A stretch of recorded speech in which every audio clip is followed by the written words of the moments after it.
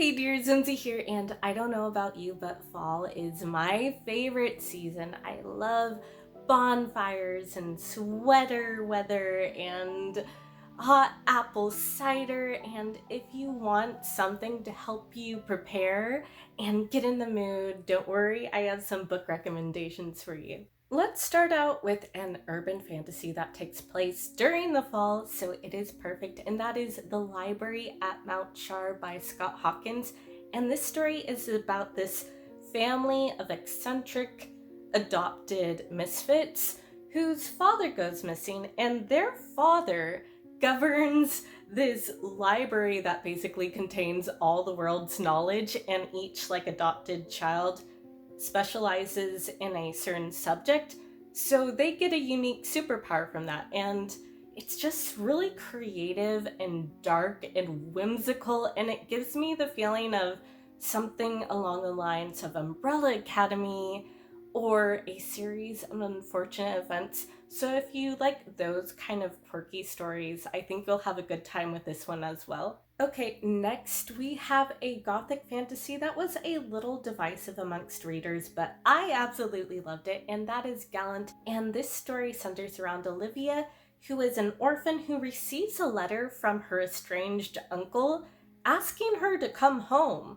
So of course, she doesn't want to live at the orphanage, so she goes over to her old family estate, and everyone there is confused and surprised to see her. They're like, we didn't send you a letter, which is a warm welcome, huh?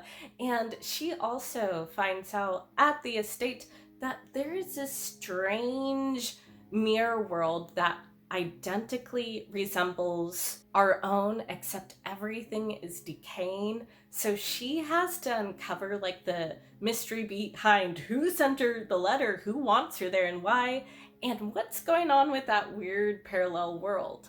And this one has fantastic atmosphere and creepy vibes, and it's got beautiful illustrations.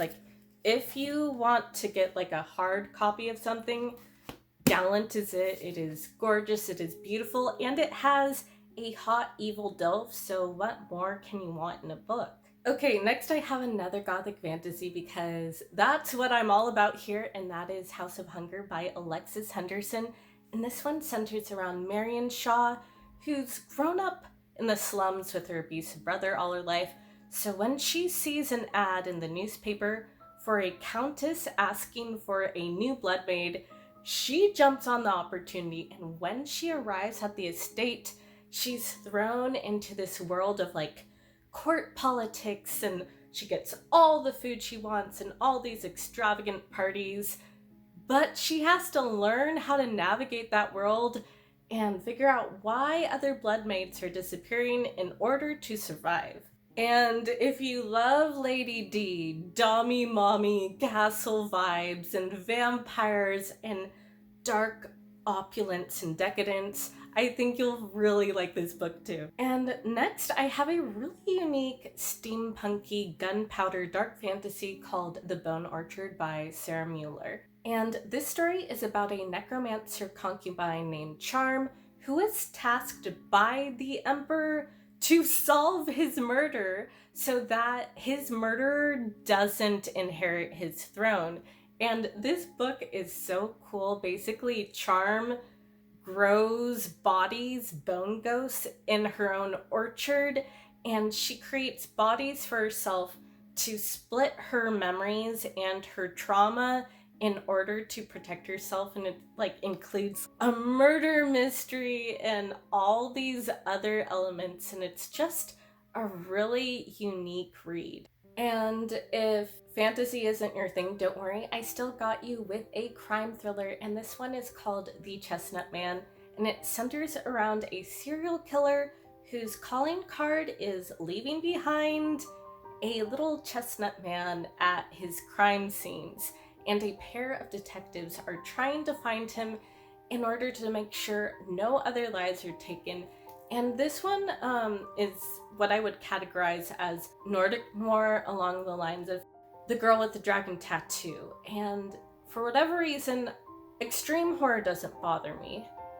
this did. It gets gruesome and gnarly, and we also get the perspective of the killer and his axe, and it really got under my skin. So if you want something that's dark and brooding and will haunt you, I really recommend this one. And oh, and I also forgot to mention, it is set during the fall, so it is atmospheric and it will give you fall murdery vibes if that's what you're looking for. Alright, those are all my fall book recs for this video. If you have any recommendations that I didn't mention, please let me know about them down below, and let me know what your fall TBR is. I'm always adding new books onto my TBR. So many books, so little time, but I'll try. Alright, thanks for watching, and I'll catch you next time. See ya!